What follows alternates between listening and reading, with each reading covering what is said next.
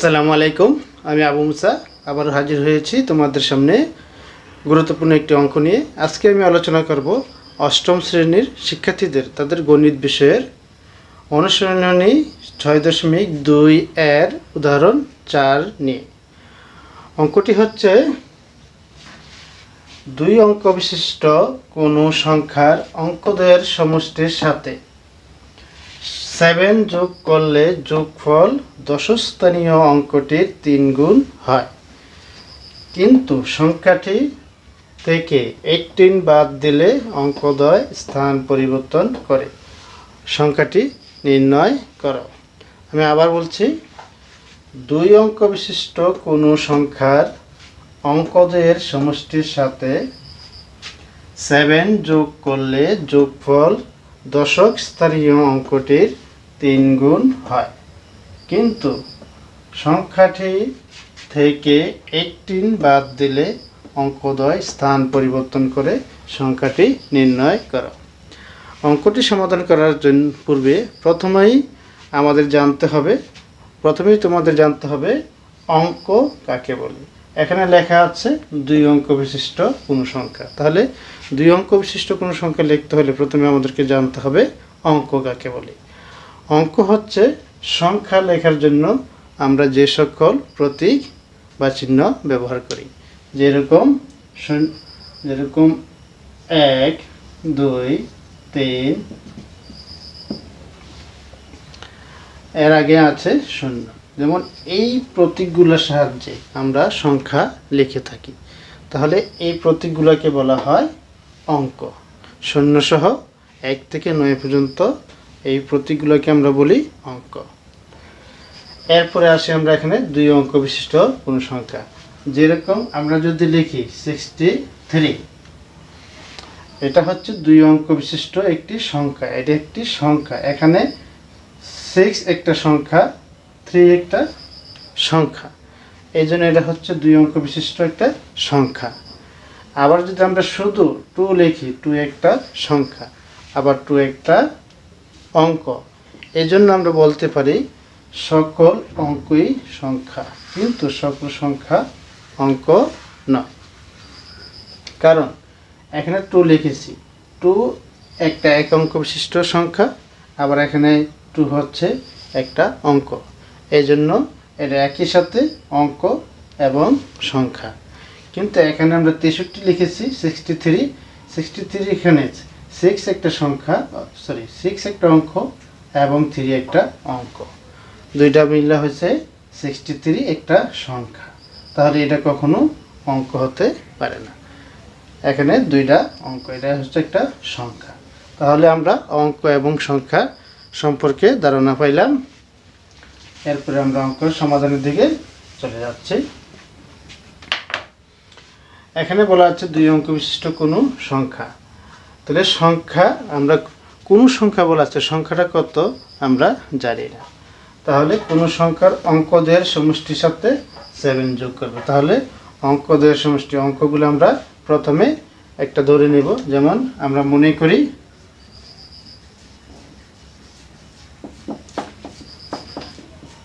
একক স্থানীয় অঙ্ক। একক স্থানীয় অঙ্ক, একক স্থানীয় অঙ্কটি x এবং দশক স্থানীয়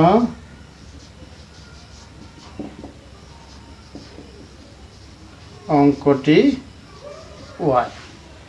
এরপরে সংখ্যা, কোন সংখ্যা, সংখ্যা লেখার জন্য আমরা একটা দুই অঙ্ক বিশিষ্ট সংখ্যা লেখার জন্য আমরা একটা সূত্র ব্যবহার করব। যেমন সংখ্যাটি, সংখ্যা লেখার জন্য দুই অঙ্ক বিশিষ্ট সংখ্যা লেখার জন্য আমরা যেমন 10 মানে 10 গুণ দশক স্থানীয় অঙ্ক যোগ একক স্থানীয় অঙ্ক।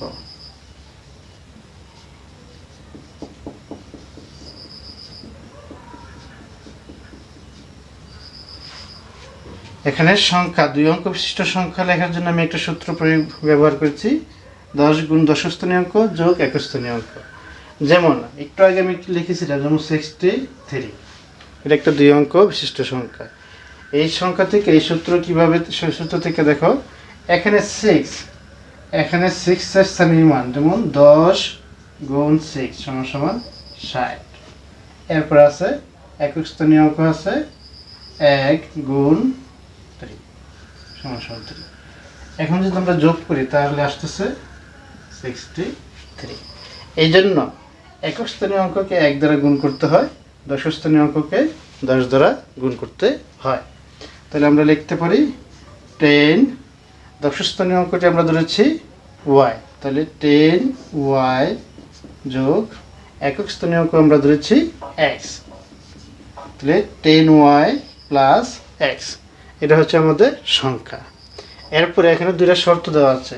প্রথম শর্ত দেওয়া আছে অঙ্কদের সমষ্টির সাথে 7 যোগ করলে যোগফল 10 স্থানীয় অঙ্কটির 3 গুণ হয়।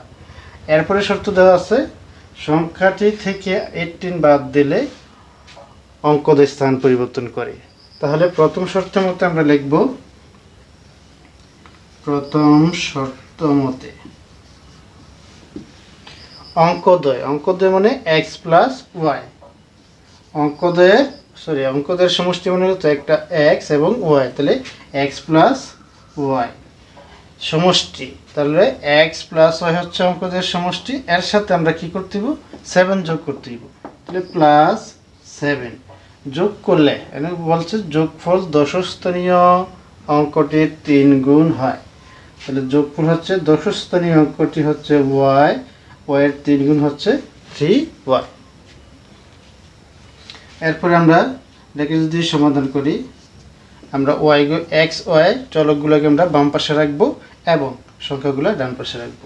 তাহলে আমরা লিখতে পারি x plus y minus 3y equal 7। সুতরাং এরপরে আমরা যদি বিয়োগ করি x, এখানে প্লাসের একটা y মাইনাসের 3টা y, বিয়োগ করে থাকবো মাইনাসের 2y ইকুয়াল মাইনাস 7। এটাকে আমরা 1 নম্বর সমীকরণ দিলাম।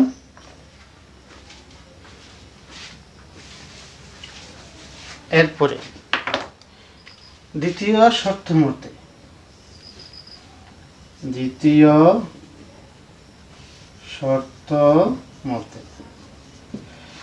শর্তটা বলছে সংখ্যাটি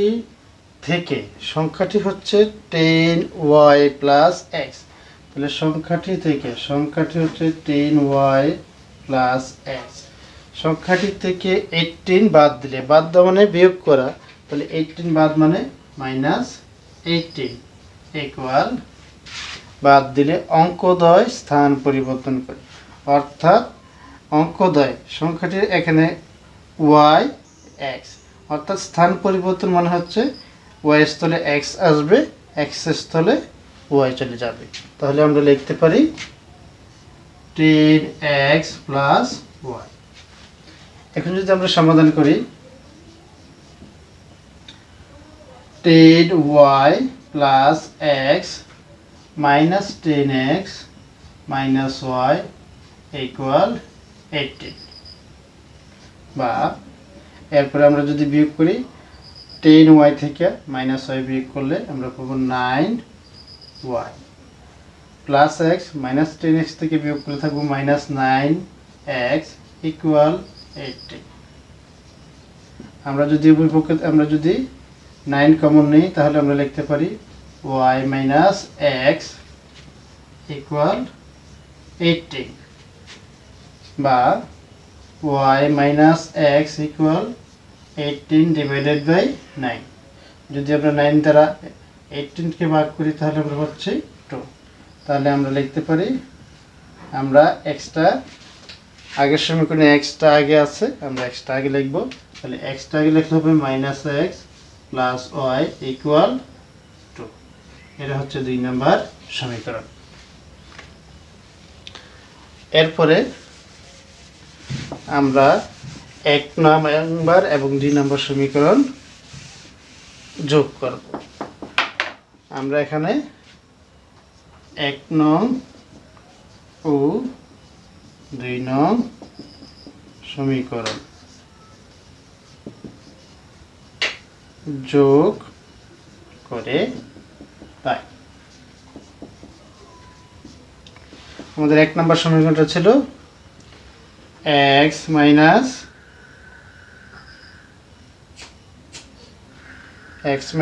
2y ইকুয়াল -7 এবং 2 নম্বর সমীকরণটা পেয়েছি -x plus y -x plus y equal 2।